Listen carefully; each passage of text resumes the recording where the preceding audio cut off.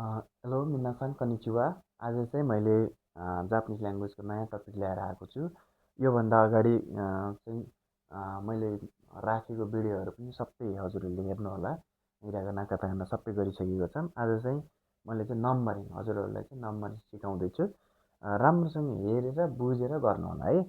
Numbering गर्दाखेरि चाहिँ हामीले सुरुमा नम्बरिङ गर्छौँ। हेर्नुहोस्, NUMBER नम्बर। नम्बरलाई चाहिँ जापानिज भाषामा चाहिँ सुजी भन्छ। के भन्छ त?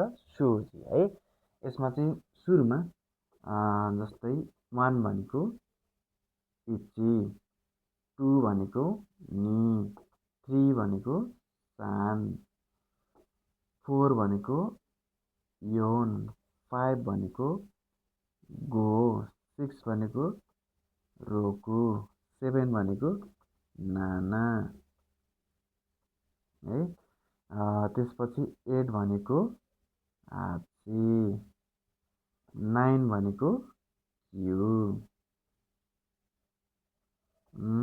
10 भनेको ज्यू है। 10 भनेको के भयो त? ज्यू।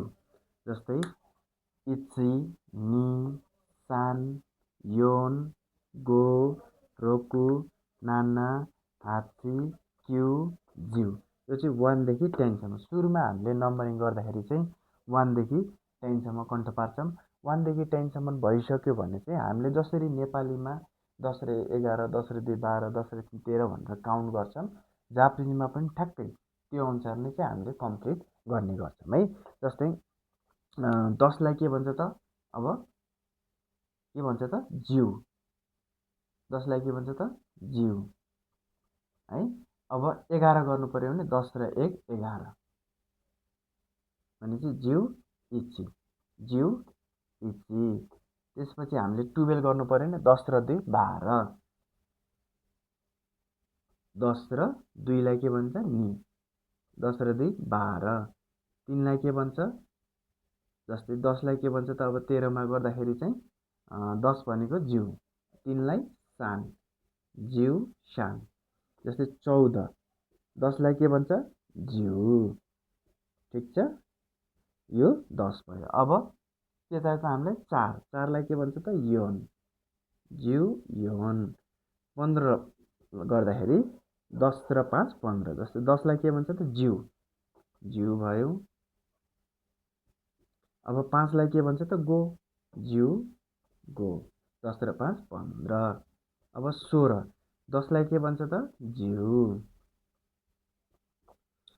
त्यसपछि 6 लाई के भन्छ त? रोकु। 10 लाई के अब त्यसपछि केमा गयो त? 17, 10 लाई के भन्छ त? तपाईँको ज्यू। अनि 7 लाई नाना, नाना, ज्यू नाना। अब 18, 18 को पनि के भन्छ त? 10 लाई के भन्छ त? ज्यू। प्लस 8, 8 लाई के भन्छ? हाची, ज्यू हाची। 19, त्यसपछि 10 लाई के भन्छ त? ज्यू होइन। त्यसपछि तपाईँको 9 लाई के भन्छ त? क्यू। 10 प्लस 9 19। हामीले चाहिँ 1 to 10 सम्म कण्ठ पार्यो भने चाहिँ तपाईँले तपाईँको माथिको एकदम ठुलो डिजिटसम्म पनि गर्न सक्नुहुन्छ। सुरुमा चाहिँ 100 सम्म तपाईँले कम्प्लिट गर्ने, 100 बाट माथि फेरि म सिकाउँछु है। हेर्दै जानु। जस्तै अहिले हामीले 10 सम्म कण्ठ पार्यो भने चाहिँ 100 सम्म क्लियरली गर्न सक्छौँ है। 100 बाट माथि फेरि म सिकाउँछु। जस्तै अहिले के भयो? 19, 19 गर्दाखेरि चाहिँ ज्यू क्यू भयो। अब 19 सम्म चाहिँ 10 र 11, 10 र 2 12 भनेर काउन्ट गऱ्यौँ भनेपछि 20 गर्दाखेरि चाहिँ थोरै कन्फ्युज हुन्छ।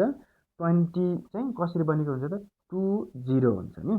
अब 20 गर्दाखेरि चाहिँ अब 20 भयो भने चाहिँ हाम्रो जापानिजमा गर्दाखेरि 2 into 10। जस्तै मैले यहीँ सिकाइहालेँ। तपाईँको जति पनि जस्तै 30, 20, 30, 40, 50, 60, 70 आउँछ, त्यसमा चाहिँ सानो अक्षरले इन्टु 10, सानो अक्षरले इन्टु 10 भनेको मतलब नि अनि ज्यू, निज्यू भनेको 20, नि ज्यू भनेको यो 20 भयो। अब 20 भइसकेपछि 21, 22 गर्दाखेरि ठ्याक्कै यो 10 कै रुल्स युज गर्ने। जस्तै 20 निज्यू 20 भयो, 20 + 1 20 + 2 जस्तै निज्यू इची, निज्यू सान, निज्यू योन, निज्यू गो, निज्यू रोकु, निज्यू नाना, निज्यू हाची, निज्यू क्यु भनेको 20 + 9 29। अब फेरि हामीले 30 गर्नु पऱ्यो भने चाहिँ के गर्नु पऱ्यो त 3 × 10 सानज्यू, जस्तै सानज्यू इची, सानज्यू नि, सानज्यू सान गर्दै फेरि 39 जाने भयो। फेरि 40 गर्दाखेरि योन ज्यू, फेरि 41 42 43 44 45 हुने भयो। त्यस्तै गरेर 49 गर्दाखेरि चाहिँ योन ज्यू क्यु होइन। फेरि 50 गर्नु पऱ्यो भने गो ज्यू, अनि गोज्यू इची गोज्यू नि भनेर चाहिँ तपाईँको 50 + 1 50 + 2 गरेर ठ्याक्कै चाहिँ तपाईँको 59सम्म जाने भयो। फेरि 60 गर्दाखेरि चाहिँ रोकु कहाँ छ, रोकु ज्यू 6 × 10 यस्तो यस्तै गरेर चाहिँ हामीले 99सम्म चाहिँ हामीले गर्न सक्छौँ है। यहाँबाट यो तरिकाले चाहिँ कतिसम्म गरिन्छ त कन्टिन्यू गर्दाखेरि 99। अब 99 भनेको चाहिँ कति हो त 9 × 10 + 9 99 भयो है। जस्तै 9 × 10 9लाई के भन्छ त क्यु अनि ज्यू, क्यु ज्यू भनेको के हो त 90 + 9 9लाई के भन्छ त क्यु, क्यु ज्यू क्यु भनेको 99। तपाईँले यति कण्ठ पारिसकेपछि योबाट याद गर्दै गर्दै गर्दै चाहिँ तपाईँले 99सम्म गर्न सक्नुहुन्छ है। अब यसपछि चाहिँ हाम्रो के आउँछ त 100, यसपछि के आउँछ 100, 100लाई के भन्छ त याकु, यी भयो सानो या अनि कु, याकु भनेको के भयो त 100 भयो। अब याकु भनेको 100 भइसकेपछि हामीले अब योभन्दा माथि गर्नु पऱ्यो भने चाहिँ जस्तै अब नेपालीमा ठ्याक्कै नेपालीसँगै कम्पेयर गर्दै जाने अहिले चाहिँ जस्तै 100 200 300 400 500 भन्दै हामीले जान्छौँ। ठ्याक्कै जाभलिनमा पनि 100लाई याकु भन्यो, 200लाई 2 × 100 3 × 100 गर्दै गर्दै गर्दै कन्टिन्यू चाहिँ 900सम्म कन्टिन्यू सेम नै हुन जान्छ है। जस्तै अब 100लाई याकु, 200लाई के भयो त 2लाई के भन्छ नि × 100 नि याकु, 3लाई के भन्छ त 3 भयो, 3लाई के भन्छ त सान होइन। अब यसमा चाहिँ चेन्ज हुन्छ है, 300मा चाहिँ सान ब्याकु, मैले चाहिँ चेन्ज हुनेलाई चाहिँ अलिक स्टारमा राखिदिन्छु, सान तपाईँको ब्याकु स्टारमा राखिदिएँ, सान ब्याकु। 400लाई के भन्छ त योन याकु है। 500लाई 5लाई के भन्छ गो, 100लाई याकु, गो याकु। अब 600मा फेरि चेन्ज हुन्छ, 600लाई के भन्छ त रो प्याकु, यो चाहिँ चिसाइचु, मैले पढाइसकेको छु, हजुरहरूले अगाडि चिसाइचुको भिडियो हेर्नु होला। यो जुन चिसाइचु छ यसले चाहिँ योभन्दा पछाडिको के छ त प्या, प्या भन्दाखेरि पको साउन्ड आउने त त्यसलाई चाहिँ डबल प बनाउँछ र डबल साउन्ड दिन्छ है। यो चिसाइचुको काम चाहिँ यसलाई पनि मैले स्टार लगाइदिएँ, एकदमै ध्यान दिएर कन्ठै पार्नुपर्छ, कन्फ्युजन दिन्छ है। 700लाई के भन्छ त नाना। अब 100लाई याकु,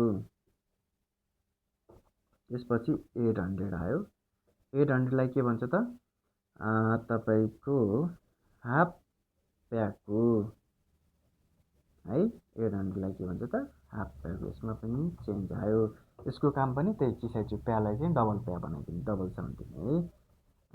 यसपछि आयो 900, 900लाई के भन्छ त क्यु याकु। त्यसपछि हामीले 900सम्म 1 2को पछाडि ह्याकु ह्याकु ह्याकु जोडेर 900सम्म गऱ्यौँ। यो चेन्ज हुनेलाई चाहिँ तपाईँले कन्ठै पार्नुपर्छ है। अब 1000लाई के भन्छ त हामी 900 भइसकेपछि तपाईँको 1000मा जान्छौँ। 1000लाई चाहिँ सेन भन्छ, के भन्छ सेन, 1000लाई सेन भन्छ है।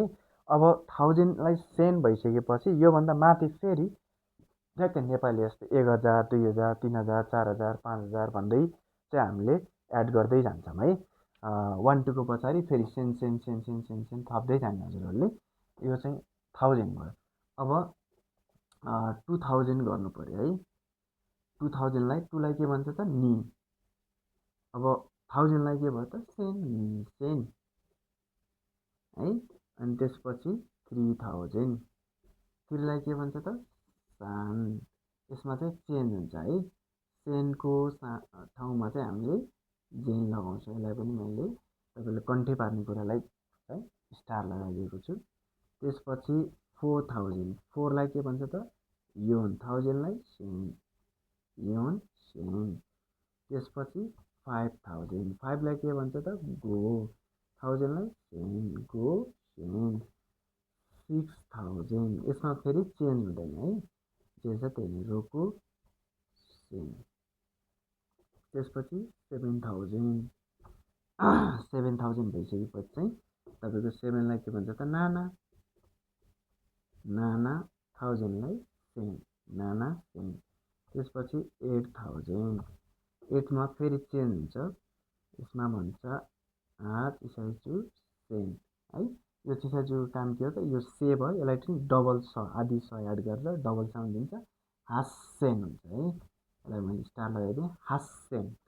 त्यसपछि चाहिँ 9000लाई चाहिँ 9लाई क्यु भयो अनि 1000लाई सेन क्यु सेन।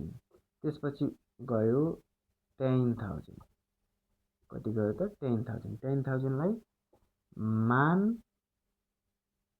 अथवा इचिमान मान अथवा इचिमान है। यो पनि तपाईँहरूले कन्ठ पार्नुपर्छ है। अब योभन्दा माथि चाहिँ जस्तै 10,000 भनेको मान अथवा इचिमान भन्छ। तपाईँहरू कन्फ्युजन हुने चाहिँ धेरै जस्तो पढ्दाखेरि चाहिँ जस्तै कहाँ छ त ह्याकु। ह्याकुलाई चाहिँ तपाईँको 100 भनेको ह्याकु हो। यसमा चाहिँ इची ह्याकु लगाइराख्नु भएको हुन्छ। इची ह्याकु लाग्दैन है। डाइरेक्टली हामीले ह्याकु भनेर प्रोनाउन्स गर्छ भने सेन। सेनलाई पनि चाहिँ तपाईँको इची सेन भनेर कति धेरैले चाहिँ इची सेन भनेर युज गरेको हुन्छ। यसलाई पनि चाहिँ तपाईँको डाइरेक्टली सेन नै युज गर्नुपर्छ, इची युज हुँदैन। र हामीले इची युज गर्न मिल्ने भनेको चाहिँ 10000मा मान अथवा इचीमान भनेर प्रयोग गर्छन्। र यसमा अलिकति कन्फ्युजन भनेको चाहिँ धेरै मैले जुन स्टार लगाएको छु सानब्याकु होइन, रोप्प्याकु, हाप्प्याकु र सान्जेन र हास्सेन, यसमा चाहिँ अलिकति धेरै कन्फ्युज भइरहेको हुन्छ। यो चाहिँ राम्रोसँग प्र्याक्टिस गरेर यसलाई छुट्टै चाहिँ लेखेर प्र्याक्टिस गर्ने है, कन्ठ पार्ने। जस्तै हामीले 10000सम्म गऱ्यौँ। अब 10000भन्दा माथि गर्दाखेरि चाहिँ जस्तै 10 × 2 गऱ्यो भने 20000 20000 है। 20000लाई के भयो त 2लाई के भयो त नि अनि 10000लाई मान भनेपछि नि मान। 30,000 गर्नुपर्दा के भयो त 3लाई सान अनि 10,000लाई मान सान मान। यस्तै गरेर चाहिँ हामीले 40,000लाई चाहिँ योनमान, 50,000लाई चाहिँ गोमान गर्दै गर्दै गर्दै गर्दै हामीले 1,00,000 गर्छौँ है। 1,00,000 1,00,000लाई के भन्छ त 1,00,000 भनेको चाहिँ 10वटा 10,000 मिलाएर 1,00,000 हुन्छ भनेको 10 × 10,000 गऱ्यो भने ज्यूमान ज्यूमान है। ल आजलाई चाहिँ मैले यति नै सिकाउँछु। यो राम्रोसँग हजुरहरूले चाहिँ कन्ठ पार्नु होला। यो कन्ठ पार्नु भयो भने चाहिँ योभन्दा पछि नेक्स्ट भिडियो चाहिँ मैले यसैलाई चाहिँ आजको काम तपाईँको दिनभरिको यो पुरा 1,00,000सम्म चाहिँ कसरी चाहिँ क्यालकुलेट गर्ने, कसरी चाहिँ चाहिँ लेख्ने अथवा चाहिँ भन्ने भनेर चाहिँ कन्ठ पार्नु भयो भने नेक्स्ट टाइम चाहिँ यसैलाई चाहिँ मैले चाहिँ ओडमा कसरी लेख्ने, यो चाहिँ डिजिट भयो, यसैलाई चाहिँ ओडमा कसरी लेख्ने भन्ने बारेमा चाहिँ मैले नयाँ भिडियो ल्याउँछु। जस्तै चाहिँ हामीले चेकमा लेख्दाखेरि ओडमा लेख्नु भनेर भन्छ, त्यही गरेर यसलाई चाहिँ जापानिजमा चाहिँ कसरी ओडमा लेख्ने भनेर सिकाउँछु। हजुरहरूले यो राम्रोसँग ध्यान दिएर पढ्नुभयो भने चाहिँ त्यो पनि एकदमै सजिलो हुन्छ। त्योभन्दा पहिला चाहिँ यो राम्रोसँग चाहिँ कन्ठ पार्नु होला है। हस्, धन्यवाद। सायोनारा।